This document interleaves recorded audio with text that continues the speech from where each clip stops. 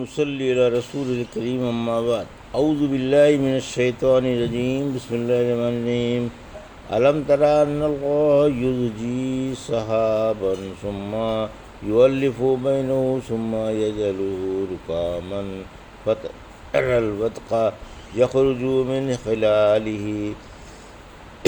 وینزل من السماء من جبال فیہا من برد فیصیب به من یشاء ویصرفه عن من یشاء یکاد سنا برقه یذهب بالابصار یقلب اللہ اللیل والنہار ان فی ذلک لعبرۃ لأولی الابصار واللہ خلق کل دابۃ من ماء فمنہم من یمشی علی بطنہ ومنہم من یمشی علی رجلین ومنہم من یمشی علی اربع یخلق اللہ ما یشاء ان اللہ علی کل شیء قدیر لقد انزلنا آیات مبینات واللہ یہدی من یشاء الی صراط مستقیم۔ ابھی آپ نے سورہ نور کی آیت 43 سے 46 کی تلاوت سماعت فرمائی۔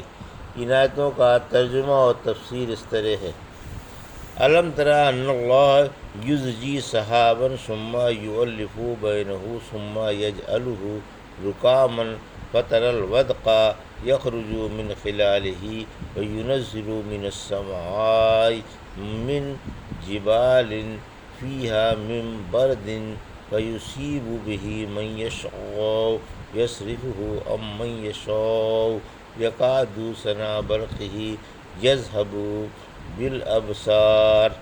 آیت 43: یقلب اللہ اللیل والنہار ان فی ذلک لعبرۃ لأولی الابصار۔ آیت 44: ترجمہ: کیا آپ نے دیکھا نہیں، اللہ بادلوں کو ہانکتا ہے، پھر انہیں باہم ملا دیتا ہے، پھر انہیں تہ بتہ بنا دیتا ہے، پھر تم ان میں سے مے برستا دیکھتے ہو۔ وہی آسمان سے اولوں کے پہاڑوں میں سے اولے برساتا ہے اور پھر جن پر چاہتا ہے ان کے پاس برسا دیتا ہے اور جن سے چاہتا ہے ان سے ہٹا دیتا ہے۔ قریب ہے کہ اس کی بجلی چمک کر نگاہیں اچک لے، وہی دن رات کو عدل بدل کر لاتا ہے، یقیناً اس میں بھی آنکھوں والوں کے لیے بڑی بڑی عبرتیں ہیں۔ یہ تھا ترجمہ سورہ نور کی آیت 43-44 کا تفسیر۔ آیت 43: اللہ کے حکم سے گھٹا کا اٹھنا۔ اللہ کی قدرت سے شروع میں جب گھٹا اٹھتی ہے تو کمزور ہوتی ہے، پھر بہت سے بادل مل جل کر اچھی خاصی گھنگور گھٹا بن جاتی ہے اور بادل ایک دوسرے پر تہ بتہ جم جاتے ہیں، پھر اسی گھٹا سے بارش ہوتی ہے۔ گھٹا آنے سے پہلے ہوائیں چلتی ہیں اور زمین کو بارش کے قابل بناتی ہیں، پھر بادل پیدا کرنے والی ہوائیں چلتی ہیں جن سے فضا میں متفرق بادل پیدا ہو جاتے ہیں، پھر انہیں آپس میں ملانے والی اور گھٹا بنانے والی ہوائیں چلتی ہیں جو گھٹا بنا دیتی ہیں۔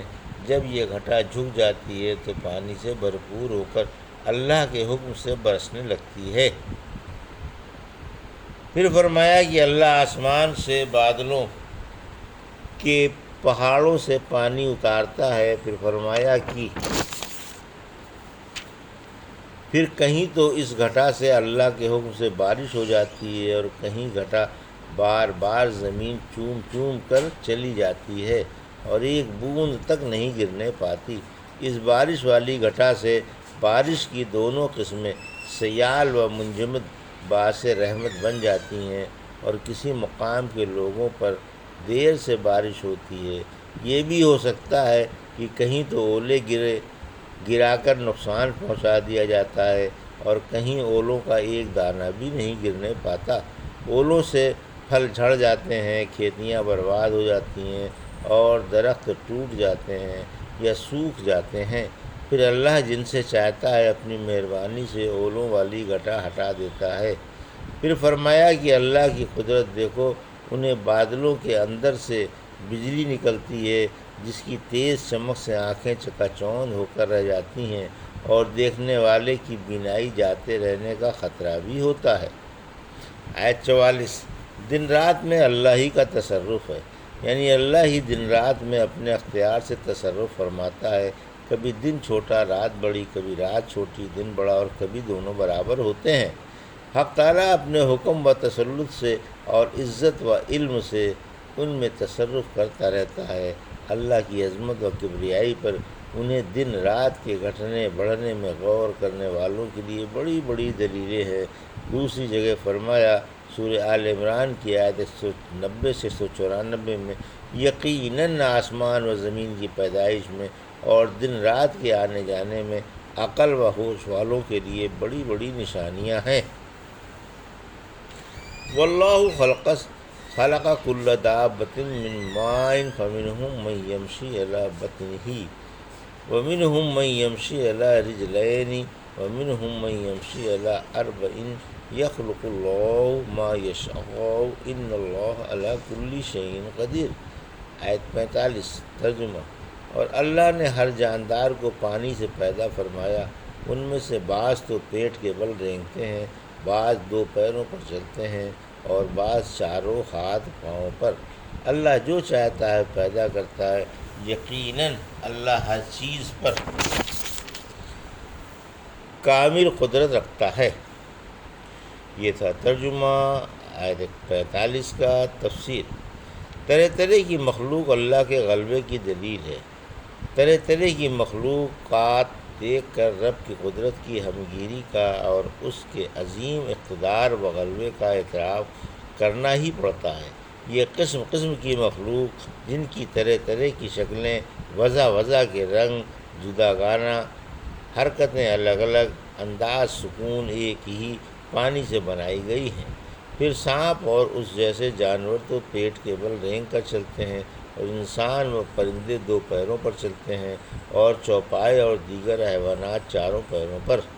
پھر فرمایا کہ اللہ اپنی قدرت سے جسے چاہتا ہے پیدا فرما دیتا ہے، اسی کی مشیت پر کارخانہ عالم کا وجود ہے۔ اس نے جو نہ چاہا وہ لباس